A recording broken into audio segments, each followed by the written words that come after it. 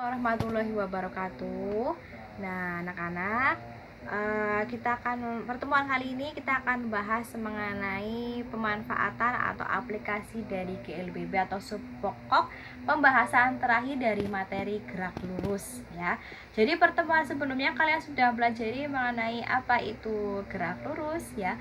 Jenis-jenis dari gerak lurus ada dua, yaitu gerak lurus beraturan dan gerak lurus berubah beraturan. Yang perbedaannya, kalau kalian bisa ingat lagi, itu kalau gerak lurus beraturan itu nilai kecepatannya konstan atau tetap. Sedangkan kalau gerak lurus berubah beraturan itu kecepatannya mengalami perubahan.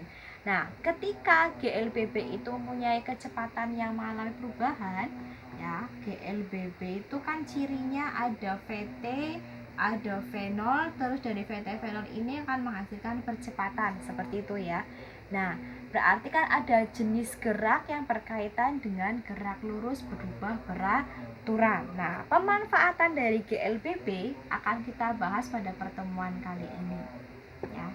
Jadi GLBB itu aplikatifnya ada dua pemanfaatannya, masih berkaitan dengan gerak juga, yaitu gerak vertikal ke bawah ya, ibu singkat jadi GVB ya, atau gerak vertikal itu sama dengan lurus ya, ke bawah. Nah, terus satu lagi GVA. GVA itu adalah gerak vertikal, gerak lurus ke atas. Nah, atau nama lainnya kalau ini adalah benda jatuh ke bawah ya. Kalau GVA itu adalah benda yang dilemparkan ke atas seperti itu. Nah, kan kita bahas satu persatu ya pemanfaatan dari GLBB, yaitu yang pertama adalah GVB dulu atau gerak vertikal ke bawah. Jadi misalkan di sini ada sebuah benda dijatuhkan ke bawah seperti ini ya. Ini berarti dasarnya atau tanahnya begitu ya. Nah, jadi ketika benda dijatuhkan ke bawah itu kan punya kecepatan ya. Tapi karena sangat kecil kecepatannya seperti ini ya. Nah, kayak gini. Jadi di sini tuh tidak ada kecepatan awal ya. Jadi langsung dilempar, kecuali kalau pelemparnya dalam modelnya gini, cus gitu. Nah, itu punya kecepatan awal. Tapi kalau dijatuhkan dari benda atas ke bawah ini, berarti dia tidak punya kecepatan awal. Atau V0-nya di sini adalah 0 seperti itu.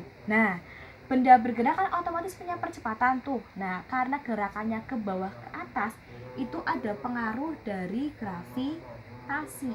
Nah, jadi A-nya itu diganti dengan gravitasi. Nah, terus bagaimana, Bu? Persamaannya tetap sama seperti GLBB ya. Di sini kesamaan GLBB yang tadi sebelumnya sama dengan V0T plus setengah AT kuadrat, VT sama dengan V0 plus AT, 3 VT kuadrat V0 kuadrat plus 2 AS. Nah,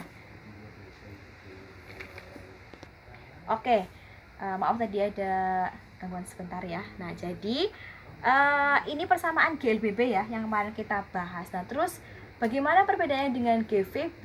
Nah, perbedaannya nanti yang pertama poin 1S ya. S-nya itu diganti dengan ketinggian H. Nah, tinggal diganti lambang saja ya. Jadi hapuskan persamaan yang pertama tadi S V0T setengah AT kuadrat, jadi H sama dengan V0T plus setengah, A-nya jadi G ya, GT kuadrat gitu ya. Terus persamaan yang kedua, VT sama dengan V0 plus AT. Jadi seperti apa? Berarti VT tetap sama V0 plus A-nya diganti GT seperti itu. Terus yang ketiga gimana? Yang ketiga itu berarti VT kuadrat sama dengan V0 kuadrat plus 2GH. Nah, ini persamaan GVB-nya. Baiklah, selanjutnya akan kita bahas aplikasi yang kedua dari GLBB. Tadi kan kita udah bahas GVB, gerak vertikal ke bawah ya. Nah, yang kedua adalah GVA atau gerak vertikal ke atas, atau bahasa lainnya itu dilemparkan ke atas. Jadi kalau GVA itu kebalikannya dari GVB, jadi benda awal, nah dia dilempar ke atas seperti itu. Nah, ketika benda dilempar ke atas, nah di sini pasti kan punya fenol. Ini beda. Kalau kan jatuh kan tidak ada fenol ya, tapi kalau dilempar ke atas itu punya kecepatan. Seperti ini. Nah, jadi fenolnya ada, cuma di sini yang tidak ada adalah VT-nya. Nah, kenapa kok VT-nya tidak ada atau sama dengan 0? Karena ketika benda mencapai titik tertinggi itu dia akan sempat berhenti sebentar sebelum jatuh ke bawah seperti itu. Jadi yang 0 adalah VT-nya seperti itu ya. Nah, dengan konsep yang sama, jadi nanti persamaannya H sama dengan, di sini berarti ada H ya, sama dengan jarak fenol T. Nah, ini perbedaannya. Min. Nah, kalau di sini plus, kalau GVB di sini min. Kenapa min? Karena benda dilempar ke atas itu akan melawan dari gaya gravitasi yang arahnya ke bawah. Sehingga di sini persamanya jadi negatif. Setengah GT kuadrat 2 VT sama dengan V0 min GT. Yang ketiga VT kuadrat V0 kuadrat min ya, min 2 GH. Nah, ini persamaan untuk GVA nya seperti itu. Oke, ada tambahan sedikit sebelah sini Ibu hapus ya. Nah, nanti tenang saja, akan Ibu bagikan modulnya sehingga kalian bisa melihat di modul juga. Nah, jadi ketika benda dilemparkan ke atas atau ketika benda itu di titik tertinggi, jadi VT-nya kan sama dengan 0 gitu ya.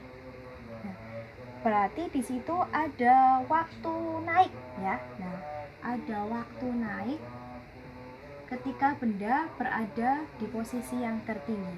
Jadi waktu naik itu kita bisa lihat dari persamaan yang kedua seperti itu, di mana VT sama dengan V0 min GT, persamaannya gitu ya. Nah, karena kita mau mencari waktu, VT-nya kan 0, 0 sama dengan V0 min GT. Ini pindah ke sana jadi positif, GT sama dengan V0. Jadi kalau kita mau mencari waktu ketika benda naik, itu tinggal V0 dibagi dengan gravitasi. Nah, ini persamaannya ya. Atau kita mau mencari ketinggian maksimal benda ketika dilempar di atas. Nah, berarti Hmax namanya. Nah, Hmax itu diperoleh dari mana? Nah, kita bisa peroleh dari persamaan yang ketiga bisa nih. Ya kan, ada hanya sih. Nah, jadi dari persamaan yang ketiga, VT kuadrat sama dengan V0 kuadrat min 2 GH. Nah, kita kesinikan ya, VT-nya 0 ya. V0 kuadrat min 2 GH. Nah, yang akan kita cari, pindahkan ke sana, 2 GH sama dengan V0 kuadrat. Berarti kalau mencari Hmax sama dengan V0 kuadrat per 2G. Nah, inilah persamaannya untuk mencari ketinggian maksimal dan waktu ketika benda naik.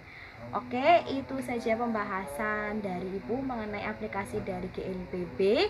Semoga bermanfaat. Ibu akhiri, wabillahi taufiq hidayah. Assalamualaikum warahmatullahi wabarakatuh.